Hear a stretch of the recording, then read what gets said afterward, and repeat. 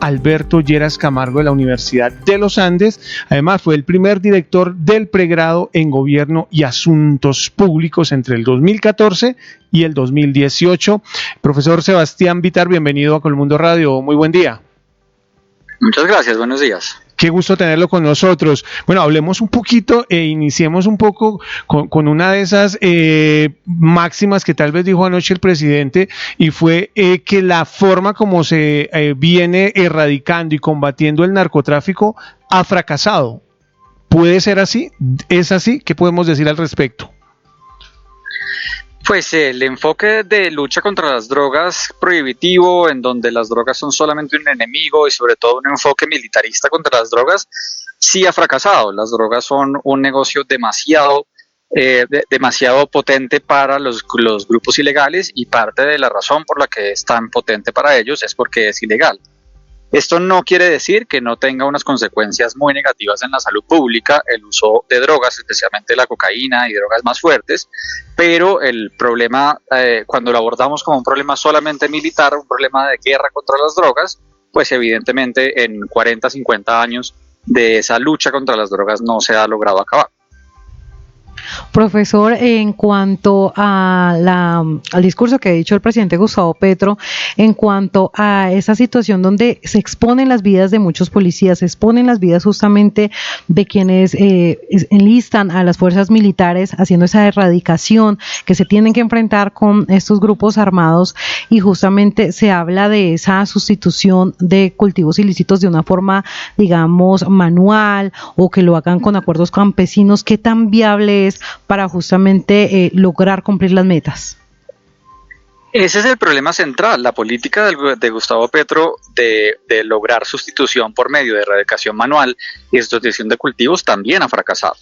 Y ha fracasado a un punto mayor a como otras administraciones habían logrado tener una tasa de erradicación. La tasa de erradicación antes era muchísimo más alta cuando teníamos el glifosato aéreo. Ahí era cuando estaban bajando las hectáreas de coca. Cuando se suspendió la erradicación aérea, empezaron a subir. Es decir, esto no es un problema solamente del gobierno de Petro, esto viene básicamente desde que suspendió en la administración de Santos, con la decisión de la Corte Constitucional y la política de Santos de no utilizar glifosato aéreo. Pero la erradicación manual tampoco ha funcionado. Más o menos logró disminuir a un 50% la tasa de las incautaciones como porcentaje de la cocaína que se puede exportar. Es decir, la mitad de la cocaína que se estaba exportando, más o menos en el año 2021, se estaba pudiendo erradicar o incautar. Pero lo que está pasando en este momento es que no se está erradicando suficiente, y el potencial de cocaína que se está exportando es el más alto en toda la historia.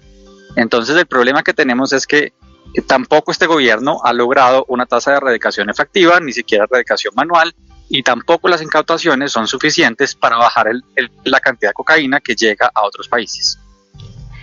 Profesor, si pues vemos el discurso que siempre mantiene el presidente, que pareciera que a veces ataca mucho, no solamente a la oposición, incluso también a los periodistas, también con todos esos enfrentamientos, esos cruces que ha tenido con Estados Unidos, y que ahora nos ha llevado a esta sanción con la desertificación, la lucha antidrogas. ¿Se puede decir que sus discursos generan precisamente esto, o sería algo mucho más allá? Pues la reacción del presidente a mi parecer es entendible, porque realmente la desertificación fue solamente en contra de él.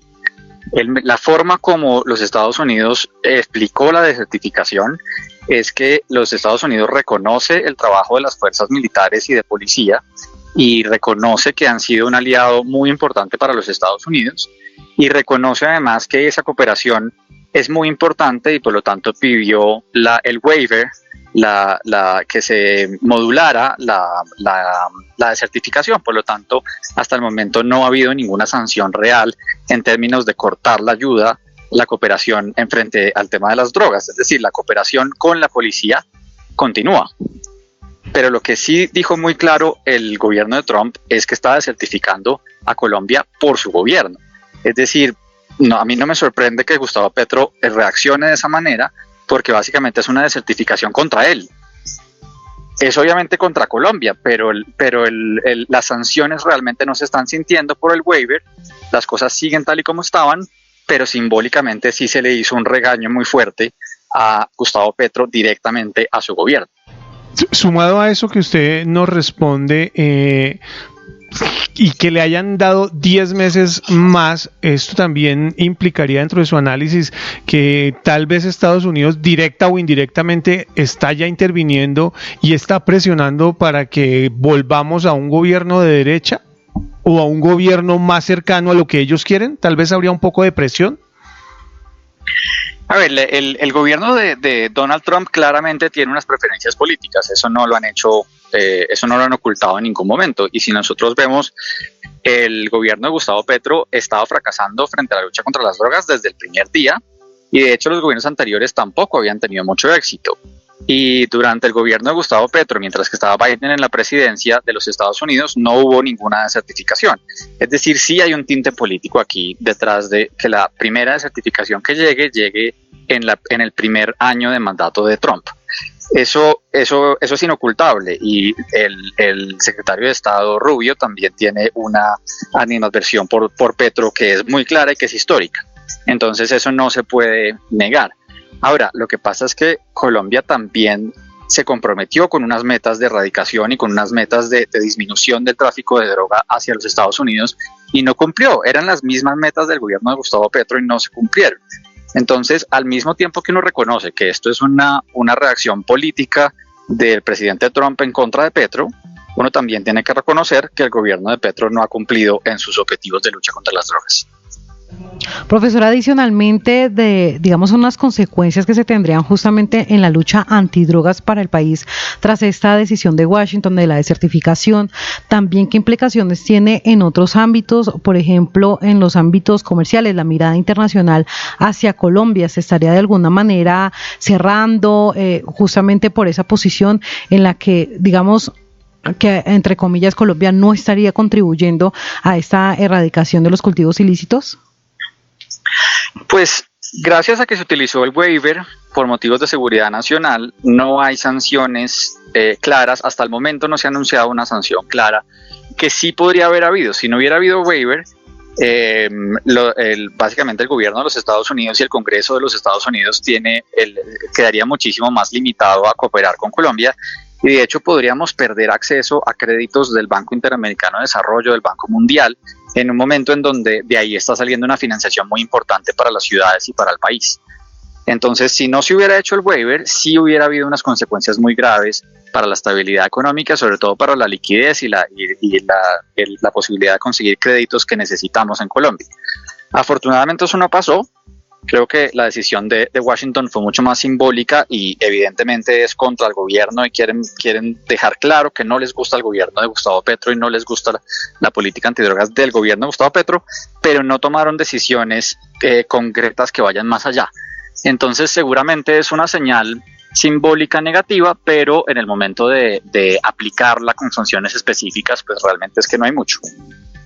Finalmente, algo se mencionó, ese dinero pues que aún no se ha perdido y en teoría se va a seguir entregando.